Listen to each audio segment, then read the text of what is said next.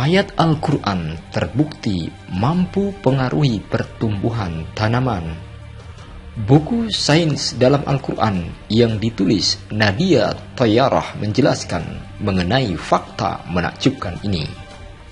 Seorang profesor dan peneliti hortikultura dari Universitas Ummul Qura Mekah memiliki sejumlah hasil karya penelitian teoritis maupun praktis di bidang fisiologi tumbuhan.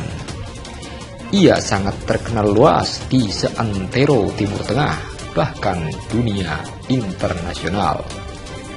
Ia juga dikenal dengan sejumlah penemuannya yang spektakuler. Salah satunya mengenai bukti bahwa bacaan ayat Al-Quran mampu mempengaruhi positif terhadap pertumbuhan tanaman.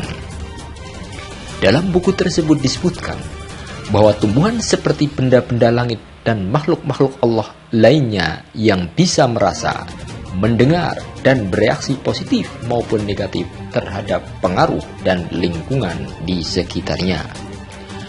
Peneliti melakukan serangkaian percobaan di laboratorium universitas pada tahun 1997. Dia membuat 4 kotak berbahan plastik yang sama ukurannya, dan masing-masing diisi dengan sejumlah tanah yang ditanami bibit gandum dari jenis tertentu.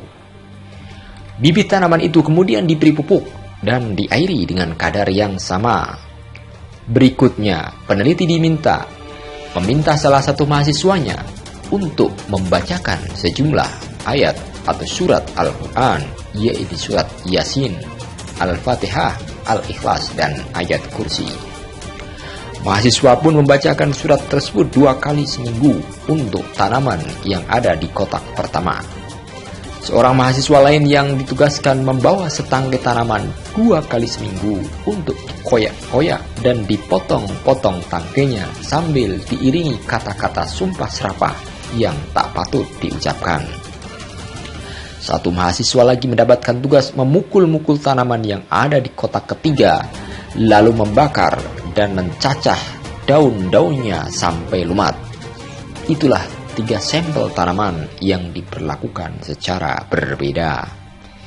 Penelitian tersebut melaporkan hasil temuannya bahwa bibit tanaman di kotak pertama yang dibacakan Al-Quran tumbuh dan berbuah 44% lebih baik daripada tanaman yang dibiarkan tumbuh alami dan teratur di kotak keempat.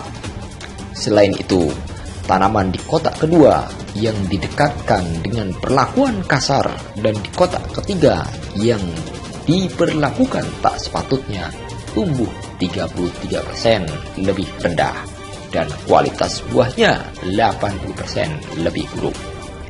Maka, jika seorang mukmin bercocok tanam sambil membaca Al-Quran dengan jiwa yang tenang dan selalu mengingat Allah, insya Allah hasilnya pun akan berlimpah.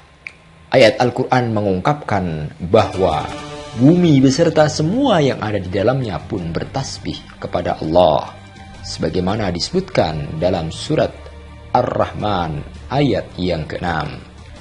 Langit yang 7, bumi dan semua yang ada di dalamnya bertasbih kepada Allah, dan tak ada sesuatu pun melainkan bertasbih dengan memujinya. Tetapi kamu sekalian tidak mengerti tasbih mereka. Sesungguhnya Dia adalah Maha Penyantun lagi Maha Pengampun. Surat Al-Isra ayat 44. Dan tumbuh-tumbuhan dan pohon-pohonan keduanya tunduk kepadanya. Quran Surat Ar-Rahman ayat yang ke-6.